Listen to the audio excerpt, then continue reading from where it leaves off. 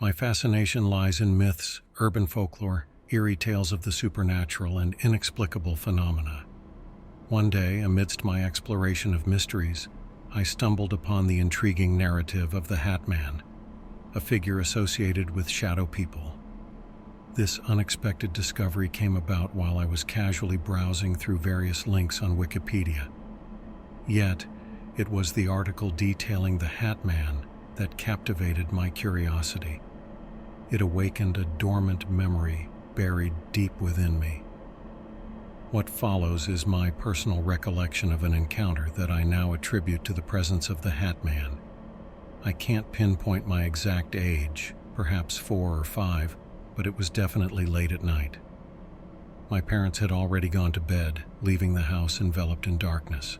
The only illumination came from the soft glow of moonlight seeping through the delicate curtains in my room. I lay on the top bunk of the bunk bed crafted by my dad. My younger sister slumbered below, peacefully asleep for hours. It was close to Christmas, and there I was, wide awake, contemplating the intricacies of the world, a habit that has stuck with me over the years. That particular night, my thoughts were likely consumed by the grand mysteries surrounding the impending Christmas day.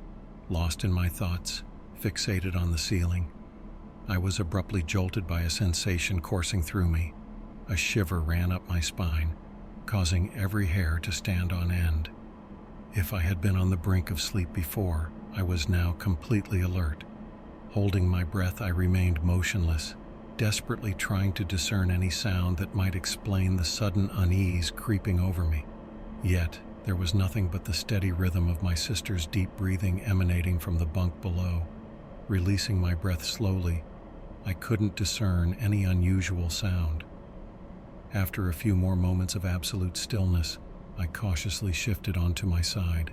This way, I could glance through the bedroom doorway into the hallway. I executed the move in a manner that would give the impression, to anyone observing, that I was merely turning in my sleep. It was a precaution in case one of my parents happened to check in and scold me for not being asleep, as I should have been. As I completed my careful maneuver, a sound echoed from the hallway, a series of footsteps. Initially reassuring, I assumed it was my dad, probably attending to something in the house. However, as the footsteps neared my bedroom, a surge of unease returned.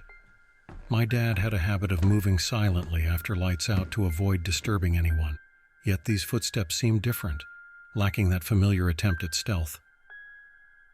I began to wonder if this might be my mom instead, considering the lack of effort to muffle the sound.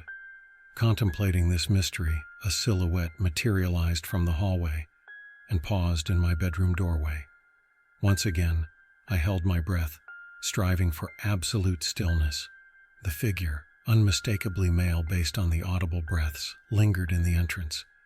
Initially, I eased, thinking it was indeed my dad. I resumed normal breathing, shut my eyes, and feigned slumber. However, the rhythmic breathing persisted at the doorway. Opening my eyes once more, I surveyed the scene. A chill ran through me. My dad didn't typically stand in doorways like this. Moreover, my dad wasn't anywhere close to the height of the doorframe, nor did he ever wear, let alone own, a wide-brimmed hat. I remained as motionless as possible, hoping the figure wouldn't discern my wakefulness. Amidst this internal dialogue, a line from a Christmas carol echoed in my mind.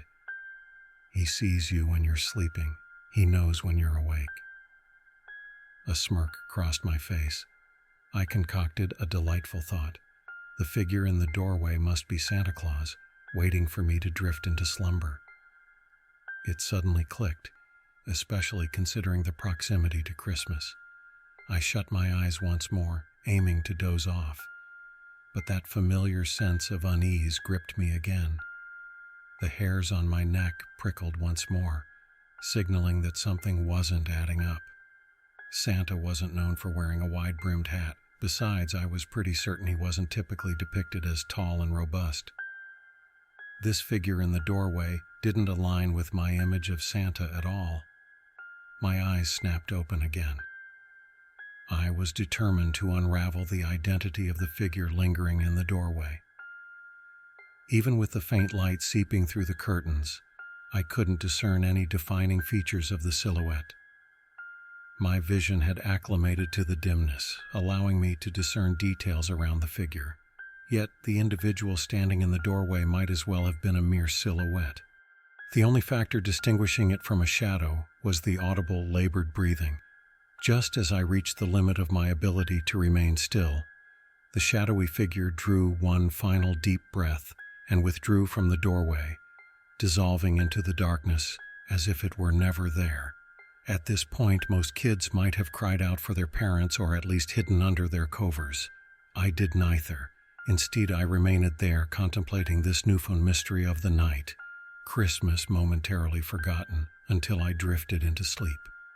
The following day, I recall asking both my parents if they had checked on my sister and me during the night. Each time I inquired, they affirmed they hadn't been near my bedroom the night before. Eventually, I shrugged it off. It never occurred again after that. Occasionally, the memory would resurface, particularly during my nocturnal musings. Yet, with time passing, I found myself dwelling on it less and less. It almost slipped from my mind entirely until I stumbled upon the image accompanying the Wikipedia article about the Hat Man. Even now, I remain clueless about what it might have been, whether a sleepwalking parent, an intruder, a supernatural entity, or something entirely different. However, the image of the Hat Man aligns eerily with what I distinctly recall at my bedroom doorway.